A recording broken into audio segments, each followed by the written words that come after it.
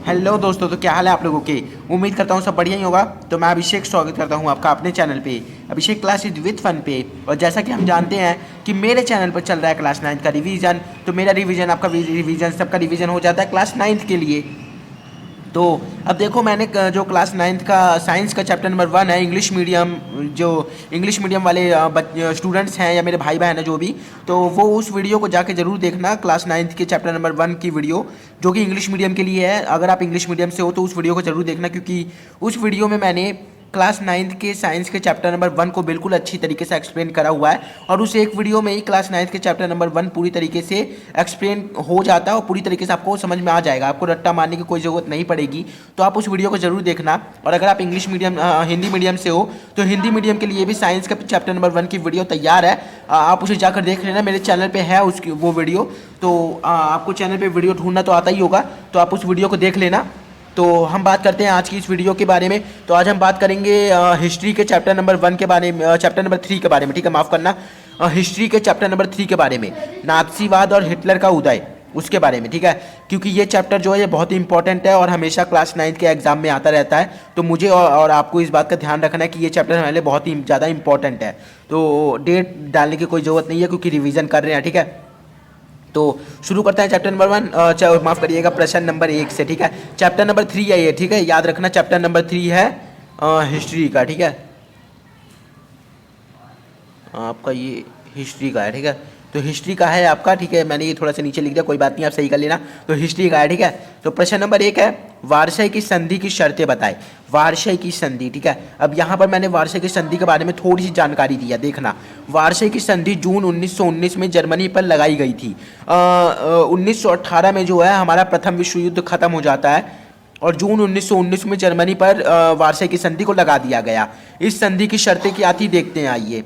तो पहला है, युद्ध के लिए जर्मनी को जिम्मेदार ठहराया गया। अब ये बात तो गलत है ना, क्योंकि देखो युद्ध तो सब कर रहे थे, फिर आपने लास्ट में आके जर्मनी को जो है उसके लिए जर्मनी को युद्ध का पापा बना दिया। तो ये बात तो गलत है ना, जर्मनी ने थोड़ी ना युद्ध को जन्म दिया था, और लोग भी तो थे ना। लेकिन ये बात गलत है, जिसके कारण वार्षाई की संधि भी गलत थी जर्मनी पर थोपने की बात कहकर।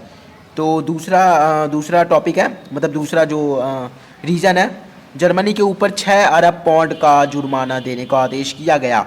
अब ये 6 अरब पाउंड का जुर्माना किस लिए देना था भाई साहब, ये तो नहीं पता। इससे साफ साफ पता चलता है कि दूसरे देशों को जो है जर्मनी से सारी चीज़ों को छीनना था। यही चीज़ें निकल के आ रही हैं, ठीक है। इसलिए वार्षाई की संधि जो है वो उतनी अच्छी संधि नहीं थी, ठीक है। और तीसरा है, जर्मनी के कोयले का भंडार फ्रांस के हवाले करना पड़ा। जर्मनी को अपने कोयले का भंडार फ्रांस के हवाले करना पड़ा, ठीक है। और जो जर्मनी का सबसे बड़ा कोयले का भंडार रूर था, रूर, उसको फ्रांस ने अपने कब्जे में करा था, ठीक है, याद रखना, रूर उसे कहते हैं।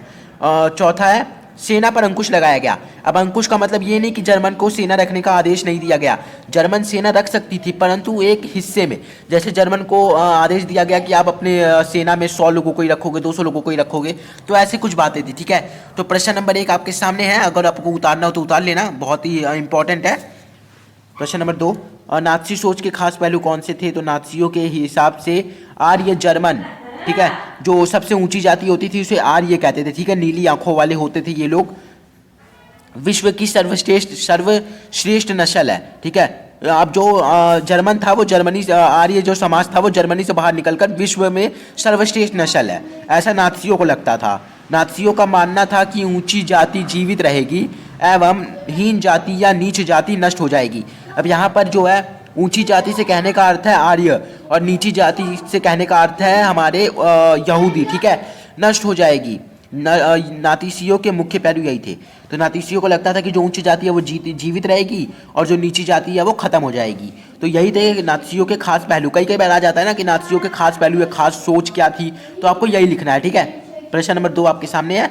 प्रश्न नंबर 3, नाज़ी समाज में औरतों की क्या भूमिका थी। तो नाज़ी समाज में औरतों का बस एक काम था, एक अच्छी कर्तव्य माँ बनने का, एवं उन्हें शुद्ध आर्य, देख लेना ध्यान से, ठीक है, एवं उन्हें शुद्ध आर्य रक्त, आर्य मतलब जर्मन के सबसे ऊंचे जाति, ठीक है, शुद्ध आर्य रक्त वाले बच्चों को जन्म देना और उनको शिक्षा प्रदान करना, उनका पालन पोषण करना आदि कार्य भी औरतों को ही करने पड़ते थे।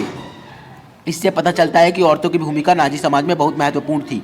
अब इसके अलावा एक बात और है कि अगर कोई जो औरत होती है वो यहूदी से किसी यहूदी आदमी से संपर्क बनाती है और उसके बच्चे को जन्म देती है तो उसके बच्चे को वहीं पर ख़त्म कर दिया जाता था नाज़ियों के द्वारा। ठीक है, नाज़ियों का कहना था कि आप जो है यहूदियों से दूरी बना के रखो और यहूदियों के एक भी बच्चे को आपको जन्म नहीं देना है। ठीक है, आपको सिर्फ आर्य समाज के बच्चों को जन्म देना है, ऐसा नाज़ी समाज का मानना था। ठीक है, और इस कारण जो है औरतों को काफ़ी धक्का मुक्की मतलब काफ़ी पीछे रखा जाता था यहूदियों से, और उनके मन में जात पात का भेदभाव हमेशा डाले रहा जाता था। तो प्रश्न नंबर 3 आपके सामने है। प्रश्न नंबर 4, नाजीवाद आंदोलन की मुख्य विशेषताएं क्या थी? जैसा कि हम जानते हैं कि हिटलर बहुत ही अच्छा वक्ता था, बहुत अच्छा बोलने वाला था। तो जो नाजीवाद आंदोलन थे वो काफ़ी हद तक काफ़ी जोश भरे रहते थे। अब इनकी विशेषताओं को हम देखते हैं। चलिए चलते हैं इसके प्रश्न के उत्तर पर। तो इसका उत्तर कुछ इस प्रकार है आपके सामने। नाजीवाद हिटलर द्वारा प्रारंभ की गई पार्टी थी। जैसा कि हमें पता है कि जो नाजीवाद या नात्सीवाद थी वो हिटलर द्वारा प्रारंभ की गई पार्टी थी। नाजीवाद अपने आंदोलन में हिटलर को मसीहा दिखाने का प्रयत्न करते साथ साथ वो आंदोलनों में जर्मनी वासी से वादा करते कि वो जर्मन को खोई हुई इज्जत वापस लाकर जर्मन को विश्व में सर्वश्रेष्ठ देश का दर्जा दिलाएंगे। तो अब कहने की बात ये है कि नाजीवाद अपने आंदोलन में हमेशा हिटलर को मसीहा दिखाने का प्रयत्न करते आए हैं, और अपने आंदोलनों में उन्होंने जर्मनी वासी से वादा किया था कि हम जर्मनी को उनकी खोई हुई इज्जत दिलाएंगे। और इस जो संधि थी ना, इस संधि को वो लोग हमेशा तोड़ते रहते थे, जिस कारण दूसरा विश्व युद्ध होने लगा था। पर वो बात अलग है, अभी हम इसकी बात करते हैं। तो यहाँ पर क्या हुआ कि वो लोग हिटलर को मसीहा दिखाते थे अपने आंदोलनों में, एवं वो लोग जर्मन से वादा करते थे कि वो जर्मनी को विश्व का सर्वश्रेष्ठ देश बनाएंगे और जर्मनी को उनकी खोई हुई इज्जत वापस दिलाएंगे। तो ये था आपके प्रश्न नंबर 4 का उत्तर। उतारना हो तो उतार लीजिएगा, बहुत ही अच्छा रहेगा आपके लिए। तो प्रश्न नंबर 5 है, जर्मन में नाजीवाद के क्या प्रभाव पड़े? तो जर्मन पर नाजीवाद के निम्नलिखित प्रभाव पड़े। जर्मन पर कोई अगर नाजीवाद का विरोध करता तो उनकी हत्या कर दी जाती थी। ठीक है, अब इसमें कोई समझाने वाली बात तो है नहीं भाई साहब। अगर आपने नाजीवाद का विरोध किया तो आप सीधा ऊपर वाले के पास चले जाओगे। ठीक है, और ये प्रभाव पड़े थे जर्मनी पर नाजीवाद के आने पर। दूसरा है, जर्मनी पर नाजीवाद के अलावा कोई और राजनीतिक पार्टी कार्य नहीं करेगी, नहीं तो ये उसका पत्ता काट देंगे। ठीक है, तो नाजीवाद इस जर्मनी पर यही प्रभाव पड़े। नाजीवाद जो है वो एक तरीके से तानाशाही सरकार बन चुकी थी। हालांकि वो लोग तांत्रिक सरकार चाहते थे, परंतु ऐसा नहीं हुआ। उन्होंने धीरे धीरे अपना तानाशाही स्थापित कर लिया। ठीक है, तो यही था प्रश्न नंबर 5 का उत्तर। प्रश्न नंबर 6 की बात करते हैं। तो प्रश्न नंबर 6 है, 1930 तक आते आते जर्मनी में नाजीवाद को लोकप्रियता क्यों मिलने लगी? तो 1930 तक आते आते जर्मनी में नाजीवाद को लोकप्रियता प्राप्त हुई, इसके निम्नलिखित कारण थे। वाइमर गणराज्य जो कि हमारी 1919 में बनी थी, असफल रही, जिसके कारण नाजी पार्टी को लोकप्रियता प्राप्त हुई। अब देखो, दो जने रेस में भाग रहे हैं। ठीक है, दो जने रेस में भाग रहे हैं। अब एक है वाइमर गणराज्य और दूसरा है नाजी।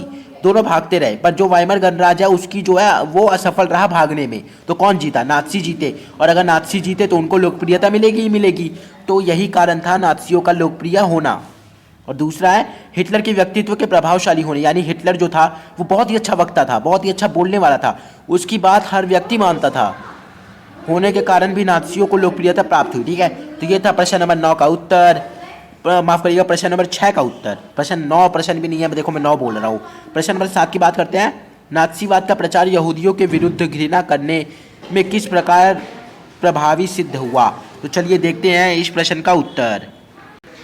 तो अब देखो, जैसे कि हम लोग जानते हैं कि जो नाजीवाद थे वो भाई साहब यहूदियों से बहुत चिढ़ते थे। ठीक है, यहूदी उनके पक्के दुश्मन थे। तो अब उन्होंने कुछ चीज़ें करी जिससे और भी लोग उनसे घृणा करें। तो वो चीज़ें आइए देखते हैं क्या क्या थी। नाजीवाद का प्रचार यहूदियों के विरुद्ध घृणा उत्पन्न करने में निम्नलिखित प्रकार से प्रभावी सिद्ध हुआ। नाजियों ने यहूदियों को घटिया शारीरिक रचना वाले लोग तथा अवांछित वर्ग का दर्जा दिया। यानी नाजियों ने और लोगों से कहा कि भाई साहब इनसे दूर रहो, इनमें से बदबू आती है, इनकी शरीर के बनावट देखो, इनका मुंह देखो, इनका हाथ देखो। इससे लेकर उन्होंने जो है लोगों के बीच यहूदियों के प्रति गुस्सा जताया, जिस कारण यहूदी जो है वो पिछड़ी जात बन गई। दूसरा कारण है, यहूदियों ने माफ करिएगा नाजियों ने यहूदी को ईसा मसीह का हत्यारा बताया। देखो, यहूदियों को, ठीक है, अब नाजियों ने जो है यहूदियों को ईसा मसीह का हत्यारा बताया, जबकि इतिहास कुछ और कहता है। तो मतलब, और लोगों ने इनकी बात पर विश्वास भी किया, सोचने वाली बात है। तीसरा है, नाजियों के विचार से यहूदियों का पूर्ण संहार अवश्य है। यानी उन्होंने क्या कहा लोगों से कि नाजियों का पूर्ण संहार होना चाहिए। और इसके बाद क्या हुआ कि नाज़ियों ने द्वितीय विश्व युद्ध में यहूदियों को मारना स्टार्ट कर दिया था, ठीक है, यानी कि लगभग वो यहूदियों को ख़त्म ही कर चुके थे। अगर जर्मनी की हार ना होती ना द्वितीय विश्व युद्ध में, तो यहूदी पूरी तरीके से ख़त्म हो गए होते। तो अच्छा हुआ कि ये लोग हारे थे, ठीक है, और हिटलर की मौत हुई थी, वरना ये लोग पूरी तरीके से ख़त्म हो जाते। हालांकि ये बात मेरे टॉपिक के हिसाब, मेरे हित की तरफ से है, बाकी तो इतिहास तो बदल चुका है, ठीक है, तो अब कुछ बोलने का तो फ़ायदा तो है नहीं। तो प्रश्न नंबर 7 का उत्तर आपके सामने है, ये उतार लेना क्योंकि ये बहुत ही इंपॉर्टेंट क्वेश्चन है और ये हमारे सपोर्ट मटेरियल में ये सारे क्वेश्चन अवेलेबल हैं, आप जाकर देख भी सकते हो। प्रश्न नंबर 8 है, वार्षा की संधि द्वितीय विश्व युद्ध का कारण क्यों बनी? तो वार्षा की संधि द्वितीय विश्व युद्ध के कारण बनी, इसके निम्नलिखित कारण थे। क्या कारण है? अब प्रथम विश्व युद्ध का अंत हो गया, जैसे कि हम जानते हैं कि 1914 से 1918 तक प्रथम विश्व युद्ध चला, उसका अंत हो गया और जर्मनी की पराजय हुई, ये तो हमें पता ही है। पराजित राष्ट्र पर वार्षा की संधि, वार्षा की अपमानजनक संधि को थोप दिया गया। हाँ, अब देखो, जो जर्मन थी उस पर वार्षा की संधि जो कि काफ़ी अपमानजनक थी, उसे थोप दिया गया और जर्मनी द्वारा सदैव वार्षा की संधि के कानून का उल्लंघन किया गया, जिस कारण राष्ट्रीयों से जर्मनी के तनाव के रिश्ते उत्पन्न हुए। तो अब यही था, ठीक है। अब क्या हुआ कि भाई साहब जर्मनी ने जो है वार्षा की संधि के कानूनों को तोड़ना स्टार्ट कर दिया, जिस कारण जो अन्य राष्ट्र थे वो गुस्सा हो गए और यहीं से जो है हमारा शुरू हो गया द्वितीय विश्व युद्ध, ठीक है। अब ये काफ़ी अपमानजनक संधि थी, जिस कारण इसके रूल्स को तोड़ना मतलब एक तरफ से साधारण बात थी।